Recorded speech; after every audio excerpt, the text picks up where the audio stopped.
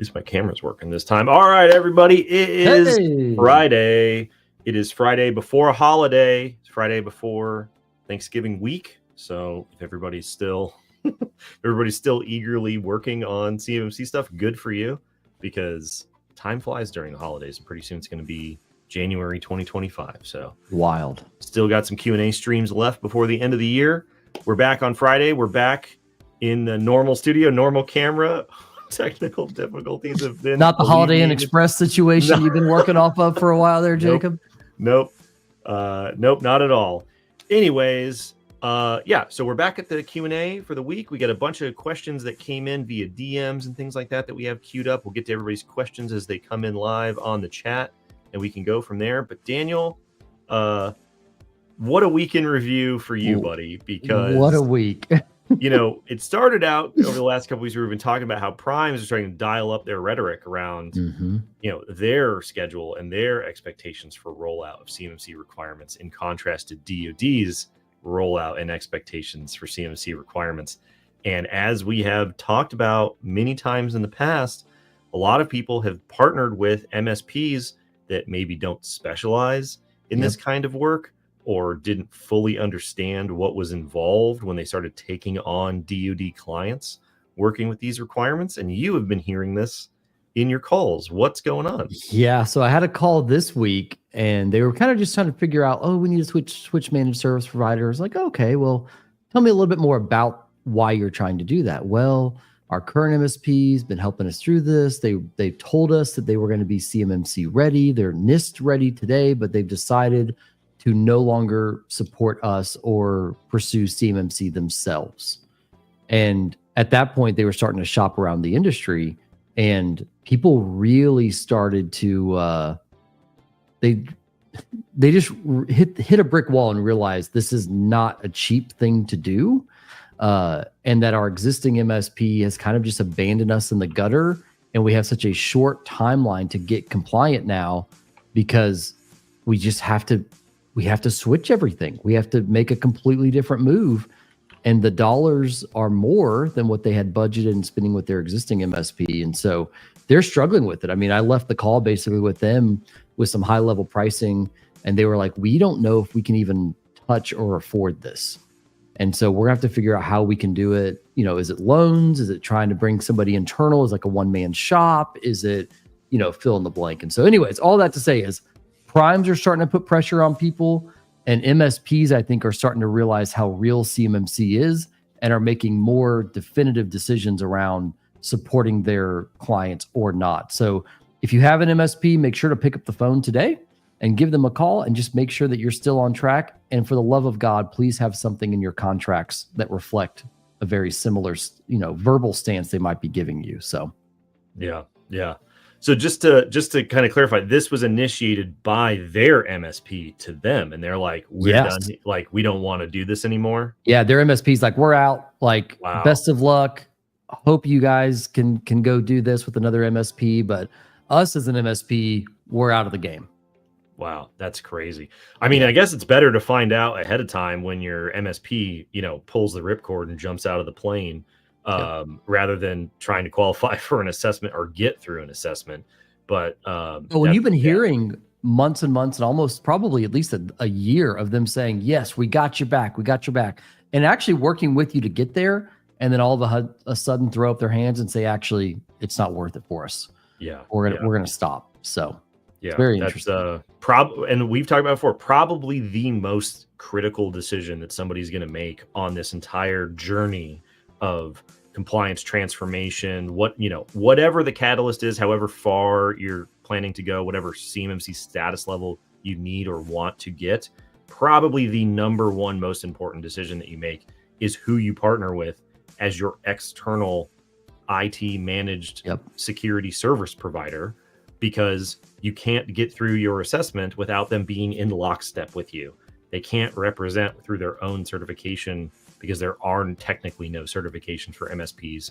So they're going to have to sit there with you as if they were you during your assessment. And so if you just go with whoever, or the cheapest option, or the thing that sounds the best without doing your due diligence, then you're opening yourself up to 80+% of the questions that need to be asked in this assessment are their responsibility. So Yep.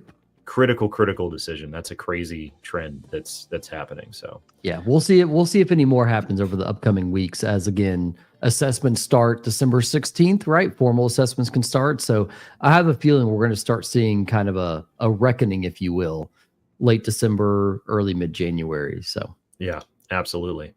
All right, well, let's jump to my week in review here. Gary Palmer's joint resolution of disapproval of the 32 CFR CMMC rule. If you've been on the CMMC subreddit, then every day there has been a new thread about what happens when Trump takes over, what happens when the Republicans take over Congress in January, what happens with this joint resolution. There is a new thread every day about how this is going to kill CMMC and it's going to be done for.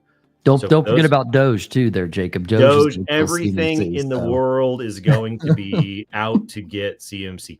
Meanwhile, if you also look at the subreddit every day, there are threads going, we're not worried about complying with these requirements. Hey, we receive ITAR data and we've done nothing. What's the first step? Which are all indications of why this won't go anywhere. We're going to talk about an example of one of those threads in the future. So everybody's aware, if you haven't heard, Gary Palmer introduced a joint resolution of disapproval, which is the mechanism under the Congressional Review Act to potentially overturn agency rulemaking. The context that's missing from simply focusing on this joint resolution is the 81 other joint resolutions of disapproval that Gary Palmer has submitted for all kinds of rules over the last several years, all of which, or almost all of which, have no co-sponsors and never go anywhere. And as we talk about in the podcast this week, so be sure to check that out. As we talk about in the podcast this week, this is not a joint resolution submitted for any specific contention with the CMMC program. This is a collection of joint resolutions of disapprovals that are Mr. Palmer's political and philosophical signal that he does not agree with the way that rulemaking is conducted at a government-wide level, which is indicative of a very long-standing legal debate around rulemaking in general, primarily with which branch of government controls rulemaking power. A lot of people, including Mr. Palmer, think that Congress delegates too much rulemaking authority to the agencies, and they ought to write more specific legislation so that they are in control of rulemaking. The judicial branch thinks that they should be in control of rulemaking, and around we've gone for over 200 years in the United States system of government. So this is not indicative in a specific issue with CMMC. It is not indicative of there being, the days are numbered for CMMC. There is a lot of context around this joint resolution, and we go into all of it in the podcast this week. So if you hear somebody talk about it, if somebody starts to rip up your budget that they agreed to because of they heard about this thing in the House, it's not what people are making it out to be. Do your research and check out the links that we have in the podcast because we go into the whole story. Let me add a little bit more context. So Palmer is a Birmingham guy, right? Alabama, here in Birmingham, Alabama. So I'm in Huntsville, Alabama, not but an hour and a half north. And I called my representative, Dale Strong, and said, what the heck is your guy Palmer doing down there in Alabama? Right. And so his staffers call Palmer staffers and back and forth. So I get a phone call back within a day and they're like, yeah, he does this for everything. Don't worry about it. It's never going to go anywhere. This is the funny part. We didn't realize people cared as much about this. You wouldn't believe the number of calls we've gotten today. It's like, anyways, that's not just hearsay. That's the actual from Palmer's staffers, his position. So yeah, we talk about that. What are the odds? What are the odds that the guy with a bone to pick about the rulemaking process and submits these things every year like crazy is also down the street from headquarters? So we just sort of like just called him up and be like, hey, Gary, what are you doing? What you doing over there? And so and then like we talk about on the podcast, he's not wrong, right? He's not wrong with it. That is a legitimate position to take in the debate. But when you only focus on this one thing and then you extrapolate and sort of jump to conclusions about what it means, you're missing the broader context that explains what's going on. So it is not the death knell that people are making it out to be. check out the podcast where we go into all the details of how the CRA works, the history of this legal debate. It's a very interesting story, but like I said, it's a much bigger conversation and context than what people think. So, well, speaking of the the contradictory Reddit threads, let's talk about a Reddit thread that just got posted this morning. Yes, fresh as a good example of what's going on. So CMMC Reddit, it's a wild and wacky place. Can we zoom in just a hair there? Let's take a peek here. Yeah, so this user posted, the username is non-compliant CMMC. Gosh. I appreciate the honesty. I'll say that. For sure. Yeah, for sure. And I mean, and this is, the magic of the internet, right? So this user says, how would this be classified? We receive blueprints and drawings from our customers that has this text on it. Warning, this document could contain information whose export is restricted by the Arms Export Control Act or the Export Administration Act of 1979. Violations of these export control laws are subject to severe criminal penalties. And then the user goes on to say, to me, that screams CUI.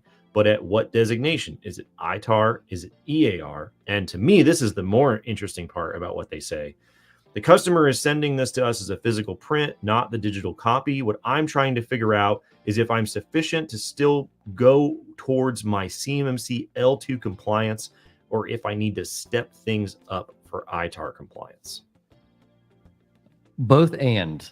This is kind of the fun part of this. And we talk about this a lot. Ryan Bonner is the guru on this, but a simple breakdown is if you're doing this work on a behalf of a federal contract, either directly or indirectly, as a sub or a prime, then it's going to be considered CUI if it's export control data.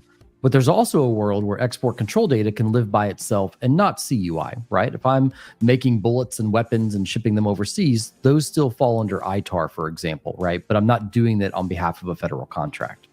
And so when you look at this, CUI has requirements under the DFARS 7012 and soon to be CMMC in contracts, right? NIST 800-171, you've got to implement FedRAMP clouds, you've got to do incident response. But export control on its own, through the Department of State and Department of Commerce, have their own additional requirements on top of that. So if you have ITAR, that's also CUI, you've got to do DFARS 7012, but you also have to do what the Department of State says, for example, right? Only U.S. persons can have access to that information. Or you have to carry an export control license, a TAA, a technical assistance agreement. You have to do additional things above DFARS 7012 if you have ITAR information.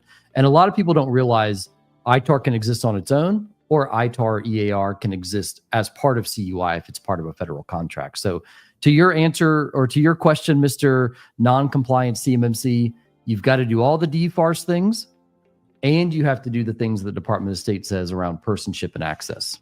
Yeah, and this is a good example, I think, of CMMC bringing up questions and conversations about existing data regulations. Yes. Right. So if CMMC were never a thing, right, if it had never happened in the first place, then this type of designation would still exist. This type of marking, these types of regulations would still absolutely exist. So now you've got CMMC on top of it, and a lot of people are looking at their export control data sovereignty questions as a result of being made aware by CMMC, even though they're technically different things. Sometimes what we see is people point the finger at CMMC for a lot of these obligations. This is a completely separate issue in terms of your severe criminal penalties. That's under statutes according to export control. It has nothing to do with CMMC regulations. So it's interesting. There's some good comments in the thread here. The most important one being talk to your customer. You got to reach out and ask. Yes. It's sort of like asking for medical advice on Reddit. You're going to get a lot of interesting and potentially helpful answers, but you really got to talk to a doctor. Yep. Reach out and touch someone, please, to really get your answers there. To a doctor. So, all right, let's see what people are saying in chat here, and then we get into some of the questions that got sent over. All right. For questions, let's see here. So, Michael, always all-time great questions here on the stream. Good seeing you every week. He said, upon reviewing a particular hardware vendor's FIPS validation, the TPM firmware is FIPS validated, yet the fingerprint scanner firmware is not. what considerations need to be made in order to meet FIPS requirements? Oh, this is okay. So when we're talking about FIPS, it's always under the guise of protecting the confidentiality of CUI, right? So specific encryption, digital encryption that you can apply. FIPS 140-2 validated cryptography is a requirement under CMMC level 2. So I kind of come back and say the fingerprint reader, there's the words I'm looking for. The fingerprint is not CUI, right? The authentication mechanism isn't necessarily CUI, assuming that you're doing it for internal employees and not federal employees, right? We're not storing any of that data. So things that do not process, store, or transmit CUI, we would just document as a security protection asset in support of that. But if it's a security protection asset that's also processing, storing, or transmitting CUI, obviously we've got to have the overlay of the additional requirements like FIPS validated cryptography, right? So when we're looking as an encryption mechanisms to use FIPS, think like a firewall, for example. It's going to process, store, or transmit CUI, so we want to protect the confidentiality of that in transit through that appliance. A fingerprint that's then going to go into and be potentially stored in that TPM chip. That's great. However, that data going into the TPM, even though it's unencrypted, is still okay because it's not actually CUI itself. So there's kind of a small delineation there. So FIPS cryptography would apply to things that are CUI. Anything outside of that, it's a nice to have, but it's not a requirement. Yep, absolutely. All righty.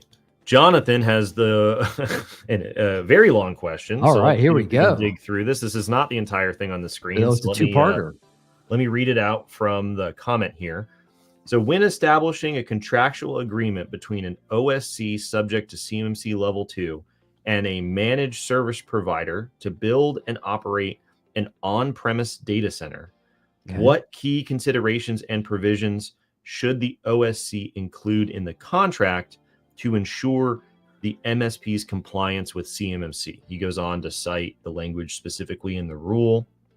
So let's answer that one first, and then we can get to his second part of his question afterwards. So when we're talking contract considerations between MSPs and contractors that need CMMC, what should be considered for on-prem, Enclave, just in general, what should we be considering for our contracts here, Daniel?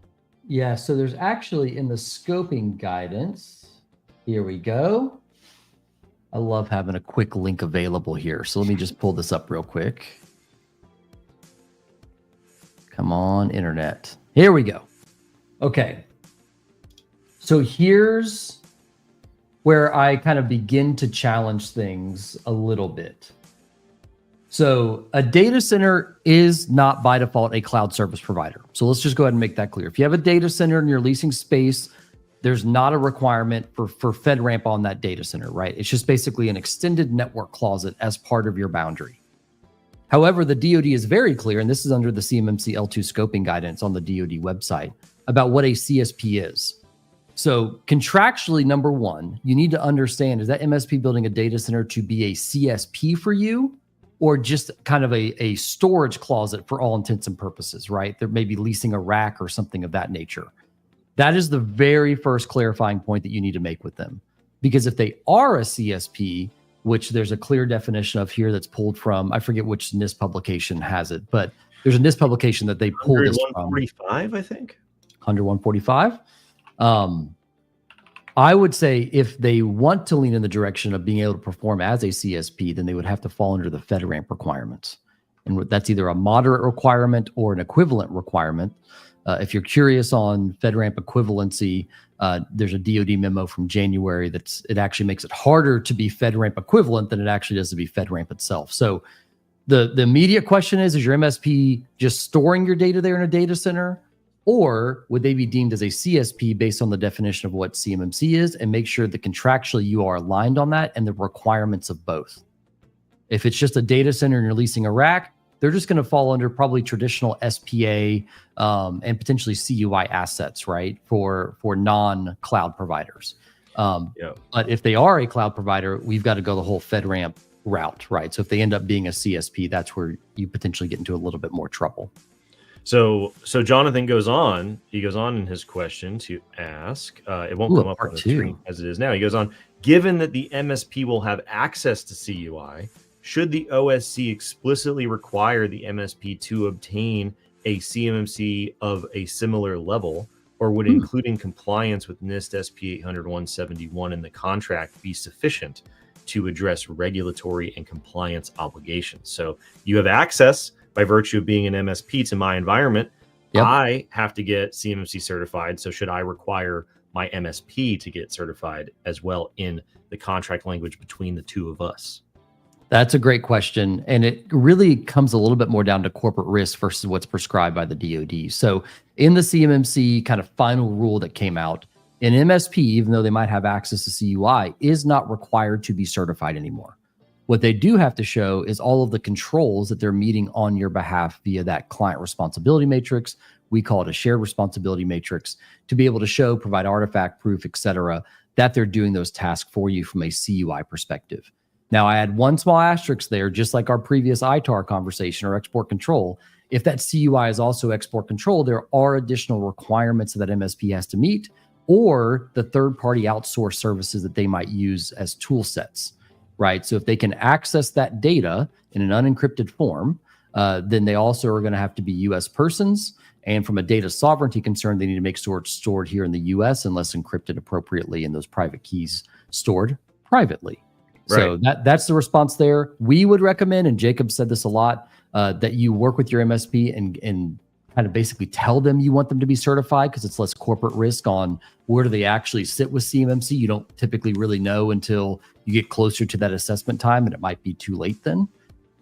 So we are always a big advocate of MSPs that are pursuing certification independently, even though it's not actually required.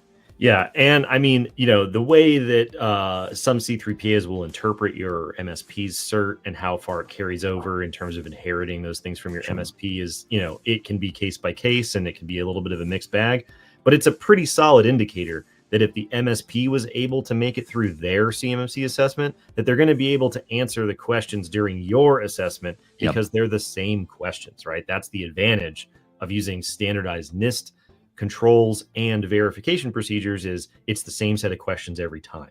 So if they've been able to do it and prove it, then they're certainly going to be able to help you do it and prove it, versus just trusting them because they said, well, we don't technically have to.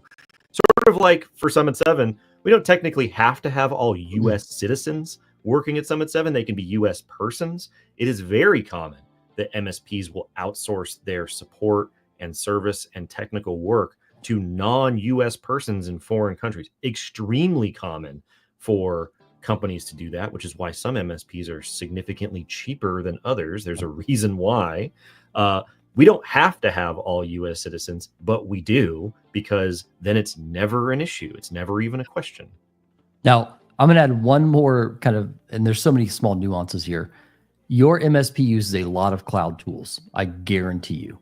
And if they are processing, storing, or transmitting that data in a cloud tool, that's CUI, those things have to be FedRAMP. And again, follow the same requirements of CMMC level 2 as you. So even though they won't have to get a certification, they've got to follow the cloud requirements, the incident response requirements, and NIST 800-171 or CMMC level 2 practices for everything that's a CUI asset.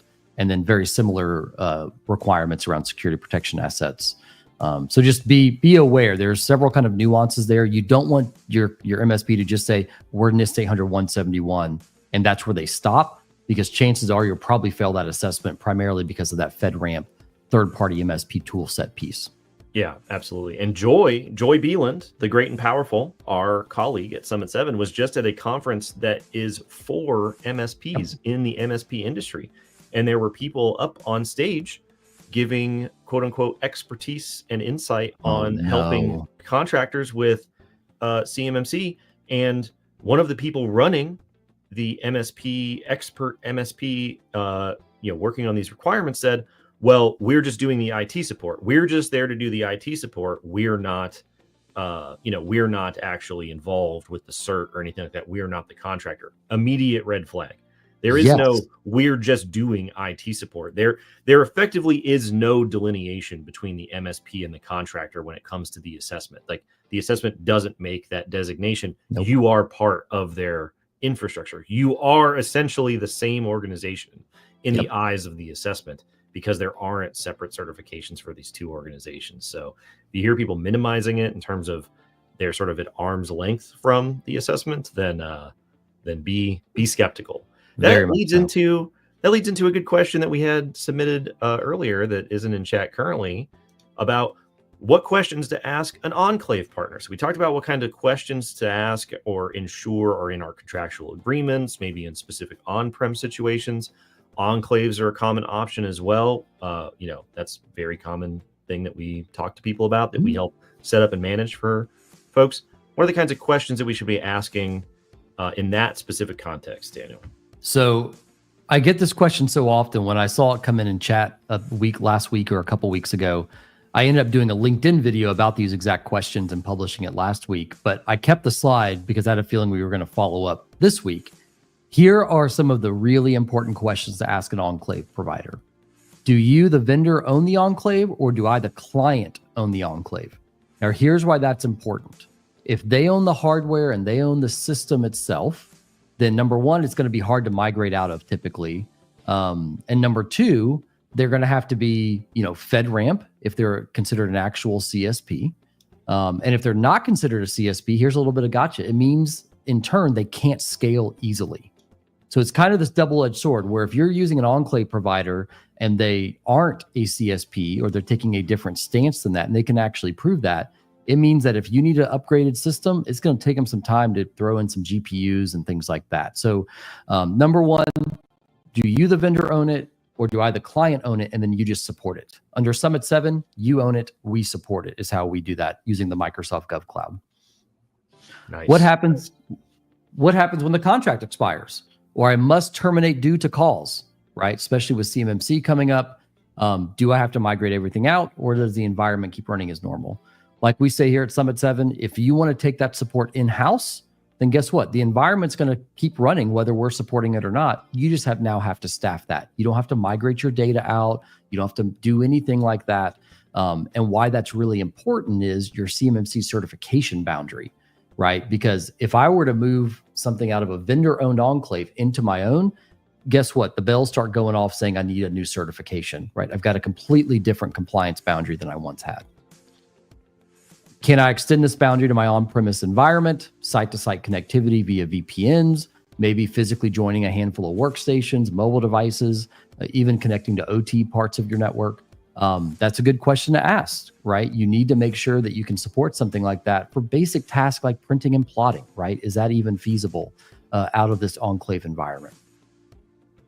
Was the environment built on Azure Gov, AWS Gov, or an on-prem data center? If so, what's the disaster recovery plan? Can they meet 72-hour incident response like we know Azure Gov can? And again, going back to that scaling question, can you scale up and down on demand as needed, right? That's a general business concern that a lot of people need to ask on the front end. Are all people with access, internal and outsourced support, a U.S. person? We talked about that earlier. If there's export control that's also CUI, or just export control that's standalone in the Enclave, you need to make sure that not only their staff, but any external vendors they're using to support the environment are U.S. persons. Down at the bottom here, if I realize I no longer need an Enclave, but need my whole company migrated in, can I do that and use all my physical devices instead of a VDI environment? Absolutely. So when we use the Microsoft Gov Cloud, as mentioned, it's under your company name. So we can just move you in there via migration from commercial or Google or something else. And then it just keeps running, right? The configuration's already built. And then we just turn down the virtual desktops as we join your physical devices. And then one of the ones that's often overlooked, and this is especially important in regulated research or other larger enterprises with multiple contracts, is if you're using an Enclave, you typically want to be able to isolate those costs, understand chargeback at a contract by contract level. Something like Azure Gov allows you to do that with subscriptions. If not, you might just purchase an Enclave and have all of that overhead as top line and not being able to redistribute that out back, or at least acknowledge it on different contract vehicles. Yep. Also really important from a business perspective. So these are this is a rapid fire interview questions, but if I were going in and vetting in Enclave providers, this is the list that I would use to make sure that they can check the box, right? On top of shared responsibility matrix and those kind of other things that are just known that need to happen. So awesome. Yeah, that last one is a huge one. Being able to amortize those costs across different solicitations and contracts is really, really big. And something that when these decisions and vetting questions are delegated to IT staff, sometimes those accounting considerations and contract considerations aren't necessarily at the front of their mind for the questions to ask when they're vetting solutions, right? So very, very important. All righty. Let's see here. All right, well, talking about winning contracts, here's a question we get all the time. Very, very common question. Do I need CMMC to bid on contracts? No, you do not. Oh. You do not need to be CMMC certified. You do not need to have a current CMMC status to bid on a DoD solicitation that contains a CMMC status requirement. CMMC status, CMMC certification is a requirement in order to take award of a contract. Couple considerations here. The window between the solicitation going out and you placing your bid and the contract being awarded is much shorter than people actually think. In many situations, especially when they're orders, task orders, and things like that, they can be extremely short, matter of days. Even some contracts themselves are not, taking months or years to award. So your window of time to get certified to take award after you've bid on the contract is very, very short. This is something known as PALT, the Procurement Administrative Lead Time. Did a whole podcast episode on it that breaks down a GAO report that analyzes the growing trend, the increasing trend of this PALT window getting shorter and shorter and shorter since 2019. They break it down by branch, they break it down by award type, and so on and so forth. And in basically every situation, unless you're bidding on like $500 million contracts and above, then the window is getting much, much, much shorter. The other consideration here is most people don't work directly as direct awardees for the DoD. They are subcontractors to primes. And the primes have now started to explain to people in their webinars and their statements and their interviews that they need their supply chain to be ready to go when the prime is going to bid on the contract, because the prime needs to know that when they take award shortly after the solicitation comes out, that their supply chain is ready to go. So ironically, the further away you are from direct award, the faster you need to achieve your CMMC status rather than the opposite, right?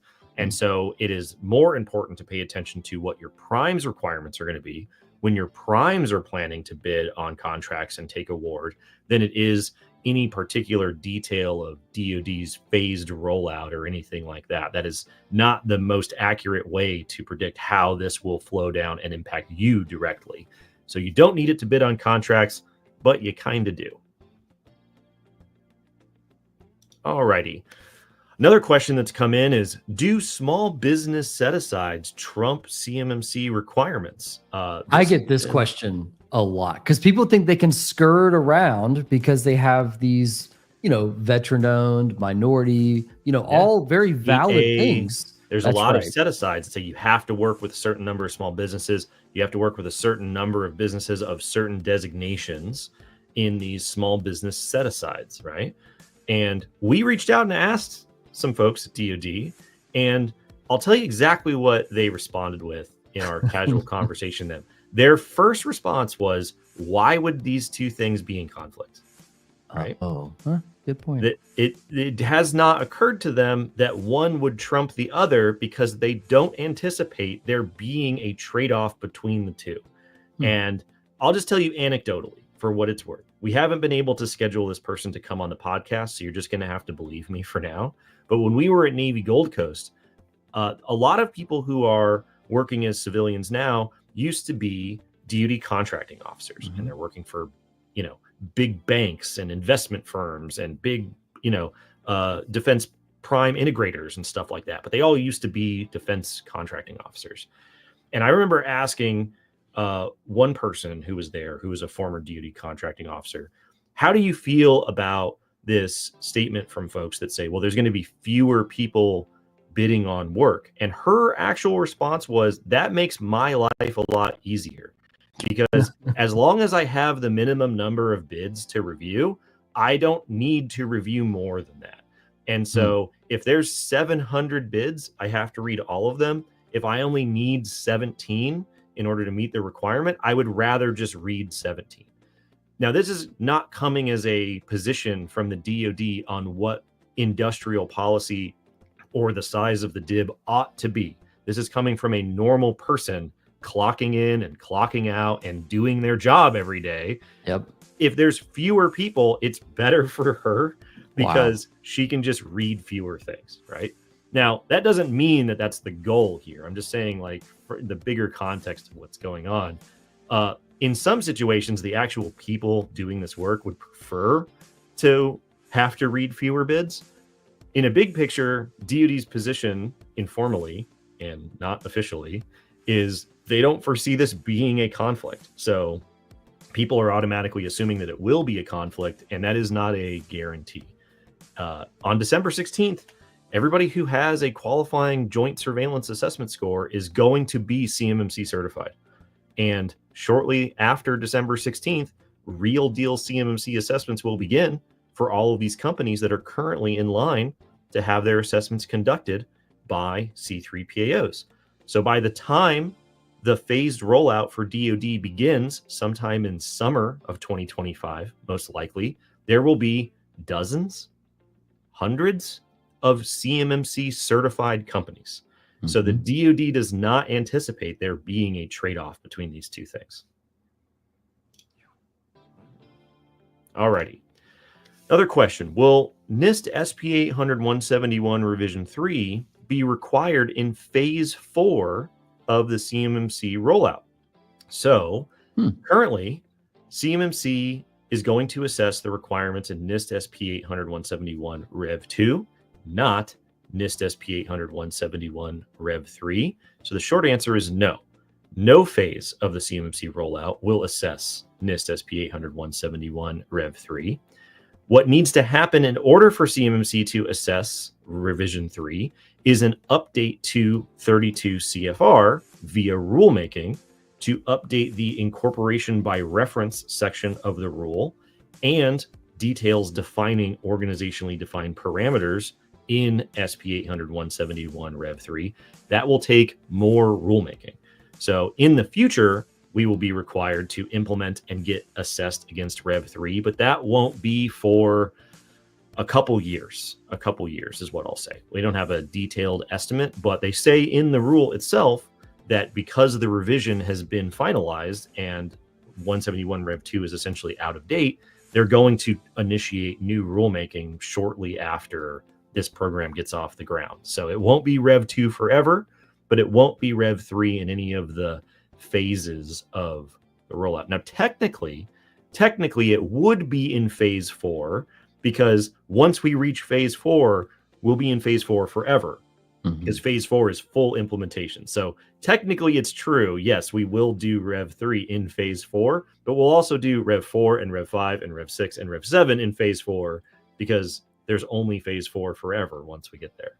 I've got to ask you the question because I know FAR CUI is looming any day now, right? You're waking up at the butt crack of dawn trying to hitting that F5 button every day. Is FAR CUI going to trump with a Rev 3 requirement, do you think, on top of CMMC L2 at a hard-coded Rev 2? Are people going to have to do both? So I just put out a post on LinkedIn with my 5 predictions of what's in the FAR CUI rule. And one of my predictions is that the FAR CUI will require 171 Rev 2, not 171 Rev 3. So I don't think that this is going to be an issue. That's my gut feeling. It's my prediction. Could be wrong, but I don't think that's going to be the position. Primarily because DoD sits on the FAR Council, right? The FAR Council, who issues the FAR CUI rules, is DoD, GSA, and NASA. So I don't think that they are going to issue a rule over here that they may play a major role in with one revision and then issue a rule over here, which they have total control over in the DFARS, and have another revision. And credit to the DoD, which they don't get very often, is that, the current language in DFARS 7012 says you have to implement the most current version of 800-171, which means now that Rev 3 is out, everyone should be implementing 800-171 Rev 3, except they anticipated this problem and they issued what's known as a class deviation, which is essentially a contract waiver for a specific requirement that said, everybody do Rev 2 indefinitely. We'll let you know when you need to do Rev 3, which will almost certainly be updated when 32 CFR CMMC rulemaking is done in the future. You might call that CMMC 3.0, but I don't think the FAR CUI rule is going to cause an issue here. Alrighty, let's get back to some live questions here. Where did I leave off here? Blah, blah, blah, blah, blah. Okay, John says, I have 8 entities on one cage code and system security plan. Do I have to separate them out on separate cage codes and SSPs if they all use the same Azure GCC High Cloud Enclave that we set up? So if right now, if I'm hearing you correctly, all 8 entities are doing federal work under a unified cage code. That's how I'm reading that. And if that is the case, then your assessment boundary, which is going to be very large and tied to a cage code, you're going to have the ability to get assessed at a very, very large boundary. So meaning that all 8 entities will be able to use the Enclave and go under one DoD UID certification boundary. What most of the time is, though, and this is where it might get a little confusing, I'm kind of surprised that you have 8 legal entities using the same cage code. Mm-hmm. Usually there's division there. So it might require a deeper conversation. Feel free to hit me on LinkedIn, but I need to understand your structure a little bit more. But yes, you can do kind of a bundled approach when it comes to assets and your boundary and having multiple organizations use that. As long as you're legally owning them, right, at 51% or more. So reach out to me. I want to understand your organizational structure a little bit more. It sounds like you might be a holding company. And then we can take a little bit of a deeper dive in there. Yeah, absolutely. All right, Scott says, I would argue it's not even just the dollars. It's the real effort, culture, and executive engagement that keeps companies, especially MSPs, from pursuing CMMC. Daniel, you and I have talked about this, about the level of effort that's required for a company to go through CMMC. You talk to people and explain this all the time. The level of effort for an MSP to go through a CMMC in a lot of ways is a bigger hill to climb because of the nature of the business model. It just does not lend itself to meeting a lot of these requirements. You really have to change the way the average MSP operates in order to meet what's going on with these requirements. Not that you don't have to change what's going on in machine shop, engineering firm, or whatever traditional contractor environment it is, but MSPs are really just not built by default to do this kind of work. Maybe you can talk about that, because for those of you that don't know, before Daniel was in his current role, he was cloud architect extraordinaire. So very technical background. You know the details of what this is like in the weeds. I do. So I came to Summit 7 to start what we call our Guardian service now, which is our MSP. And most of my career has been working in managed service providers. And the interesting thing that you have to look up is the business case of CMMC for MSPs.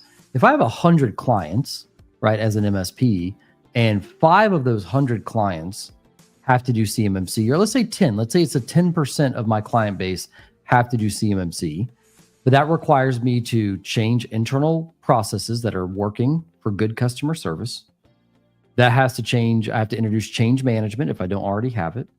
I've got to switch, which is the highest cost, my technical stack, my RMM tools, my backup, all sorts of stuff potentially. And those are usually in long-term contracts already. So I have to usually pay those out. I've got to assess all of the overseas partners that I have to see if I can keep using them, which is how I'm able to charge so little for some of the services I provide. And then obviously security awareness training and other things that the kind of authorized users internal from a staffing perspective have to follow as well. When I start looking at all of these different pillars as an MSP and the sunk cost it would take to actually turn the ship of my MSP to be able to support you for CMMC, it is worth it for me to lose 10 clients worth of revenue and keep the 90 and try and replace the 10 with car dealerships and restaurants and doctors' offices and law firms. And it just doesn't make sense. Most of the MSPs I talk to that are what we would call a regular MSP, meaning they have a diversified client base, they're focused on HIPAA, PCI, and maybe some NIST CSF stuff. And that's not even regulatory. That's just a good baseline they use. Yeah, and generally they prefer unregulated sectors and clients. Absolutely. Right. I mean, they want the people that, as long as you're providing good customer service, you get the checkbox and you keep getting the check coming in the mail. They don't want regulated clients because of the burden it puts on them, because they can't keep up with multiple regulations. Their MSPs are not that big. Right. They're, at most, for kind of a regular size MSP, you're probably looking somewhere between 20 to 40 staff. Right. Like, it just doesn't make sense for them to dive into multiple regulated industries. That's why you need to find a specialist that's doubling down on this. And a certification is a good way to show that someone's doing that. Yeah, absolutely. I mean, lots of MSP thoughts and comments here today. Somebody said, imagine the number of new clients an MSP could bring in if they achieved CMMC L2 status. That's the idea. True. That's the bet. So, there's a reason why we're focused on this niche, right? 80,000 and 300,000, somewhere in there. And somewhere probably around 75 to 80% use some sort of outsourced support, right? On the low. And that's to say nothing of the number of federal contractors that will be impacted by the FAR CUI rule. And so, it's significant. It's definitely significant. All righty, let's see here. I think this was a comment about rulemaking in general. Somebody said they should have included incentives to secure the data, followed by penalties when they do not.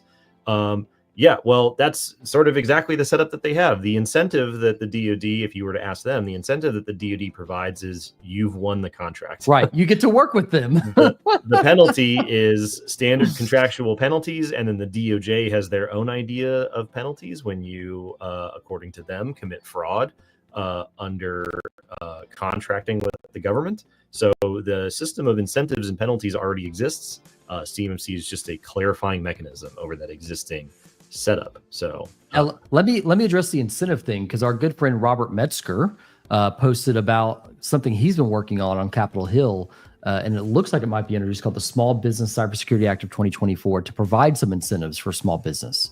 This is in draft format. This is not physical, tangible quite yet and enforceable, but there is some incentives coming to help alleviate the burden of CMMC. At least, again, that's what's being proposed to Congress. So anyway, interesting little side tangent there. No, absolutely. Let's see here. All right. Breaking news, everybody. We have a caller. Whoa. All righty. We do have the hotline. You call the hotline number, and by the way, huh? Look at this. Look at the new swag. I don't have my sweatshirt yet because I'm outside of shipping time. So you can call the number on Daniel's sleeve. Let's see what this person has. I have a question about revisions of the assessment standards for the new final rule. Some people have said there will be a delay until new standards are produced, but new standards were produced in September. So are new standards needed, yes or no? Okay, well, I assume that the standards that she's referring to are the NIST controls, the NIST requirements that are being verified by CMMC. So this might be a question related to 171 Rev 2, 171 Rev 3, and so on. So yes, the new version, the new revision to 800-171 under revision 3 was released, but CMMC does not need to be updated for that currently, because the existing CMMC program is going to verify 171 Rev 2. So there won't be any delay in the rollout and execution or effective date of CMMC based off needing to update the program to new revisions. Now, one thing she might be hinting at is the cap. Would a if the cap has not been updated by the time December 16th hits, do certifications just don't start December 16th? Do they use the old cap? Like, what is that? By the way, CAP CMMC assessment process or procedure, like that's what that particular document is. Yeah, so they've talked about this on the town hall recently, and they're supposed to have, I think, one more town hall before the end of the year. So the effective date of CMMC is December 16th. The way Matt Travis, CEO of the Cyber AB, made it sound was, that's their goal for getting the new cap out. So maybe it's December 18th or 20th. Okay. So it's supposed to be around that time frame. Can't start any sooner than the 16th. But if I recall correctly from the last town hall, they were saying that's when they're shooting for everything. So I would still go with that as the rule of thumb. But everybody should tune into the Cyber AB Town Hall coming up and ask the question, because that's probably the number one question everybody is looking for. So, all righty, let's see here. Thanks for the call, by the way. That was a great call. Yeah. Let's see. We've got a couple of them in here. Okay, so we were talking about questions and considerations earlier for Enclave on-prem. How about this? What companies or products do you recommend for work-issued CUI, CMMC certified phones rather than just a secure app on the phone? So mobile considerations here for CUI and CMMC. Sometimes we get people asking about, hey, what about Apple products? What do I do with phones? Very common issue that needs to be solved for. What are your thoughts, Daniel? Yeah, so one of the first things you have to look at is the FIPS validated cryptography module on the device. So Apple's done a really good job of this. Android, because there's so many different flavors of it, it takes a little bit of an investigation. Samsung Knox capable devices have FIPS validated cryptography in them. I'm not sure about all the brands of general Android phones out there if they do, but those are the two kind of first immediate things that I would look at. If I was looking past that from a hardware perspective, then I would look at things like Hypori, Hypori. Now, Hypori is a really cool tool. And what they do is they basically run a virtual desktop shortcut on your phone, iOS or Android, that launches you into a virtualized container with all of your access to the GovCloud, email, SharePoint, Teams, other files that you might have in there. So kind of there's two ways to look at it. There's the hardware and making sure that, we're using Intune to manage it, and it's FIPS validated cryptography on the hardware itself. But if you want to go kind of full VDI, not only for like a workstation VDI, but for a phone, we're leaning in the direction and actually are building a partnership right now with Hypori to start being able to launch that as a service. Absolutely. Yep. All righty, shifting gears here. Mr. Kawusa says, hi guys, just for clarification purposes, self-certification actually means self-certification, or do we need any external support? And do we have a set template for the certification part? So yeah, people will sometimes say self-certification. That's not technically, it's sort of an oxymoron, right? You're not self-certifying. This is one of the reasons why the rule comes up with the term OSA, Organization Seeking Assessment, and OSC, Organization Seeking Certification. If an external organization conducts a formal assessment for you, then you are receiving certification. If you're conducting a self-assessment, you're not self-certifying. However, if you are self-assessing at CMMC level 1, or you're one of the few lucky ducks in the world that might be able to self-assess at CMMC level 2, then you are still going to go through the same assessment procedures that you would go through via a third-party assessment, like with a C3PAO or with DIBCAC from DoD themselves. But rather than having them take their conclusion and upload it into the system and have it reflected in the SPRS database, you are taking your conclusion and uploading it into the SPRS database. And that's what determines the difference in your, what they call CMMC status, a CMMC status of level 1 self, level 2 self, or a CMMC status of level 2 C3PAO, a certification, level 3 DIBCAC, a certification.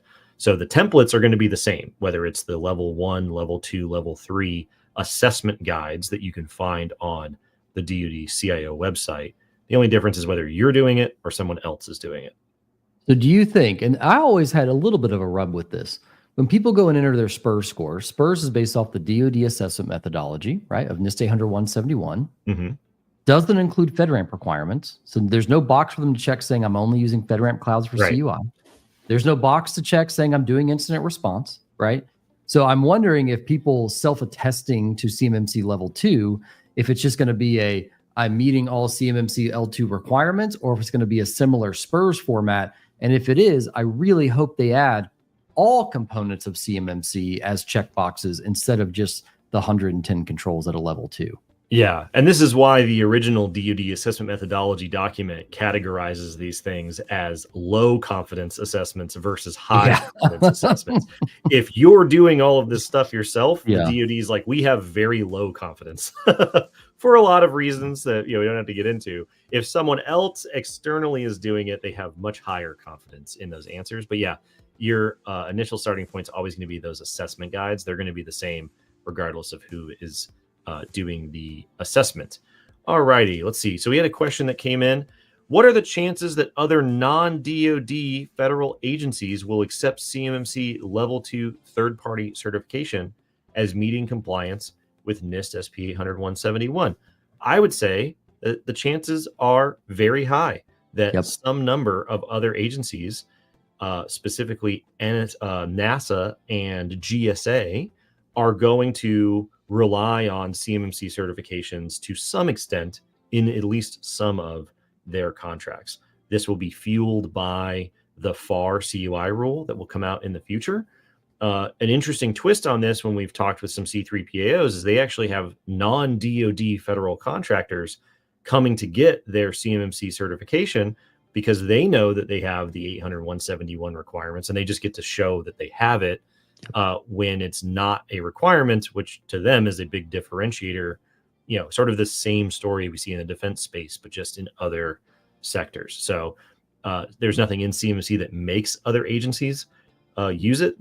That's not something they have the authority to do. And I predict that the FAR CUI rule will leave the decision of third-party required verification up to agency discretion.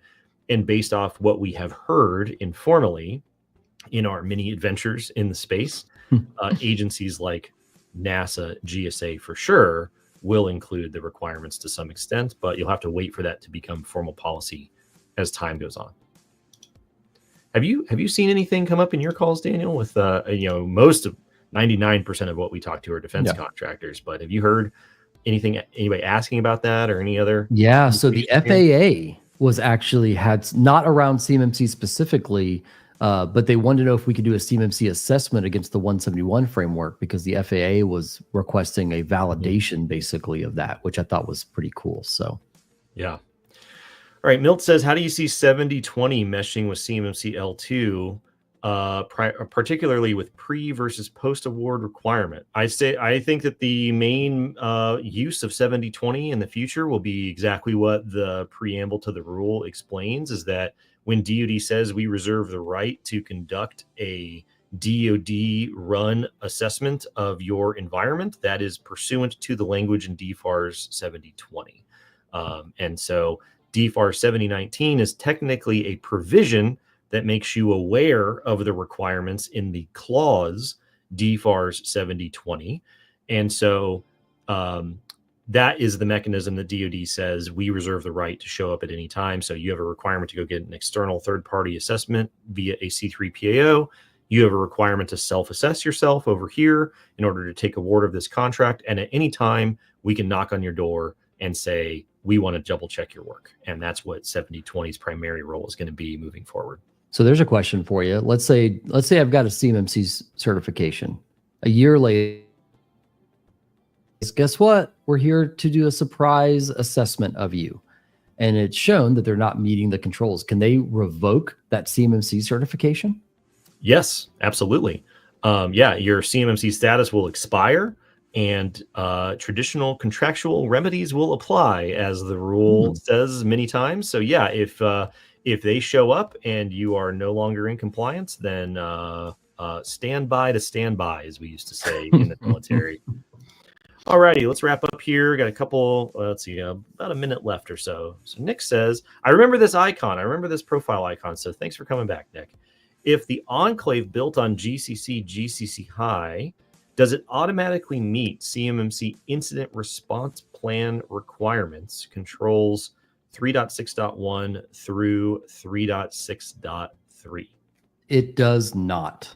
So the way that the contracts are set up for Microsoft Gov licensing, which is how you get admitted into this, is that Microsoft will report to you when an incident is happening in order to then for you to report to DC3 DoD. but also that they will give DoD access and be able to provide forensic images and things like that of your environment if so requested.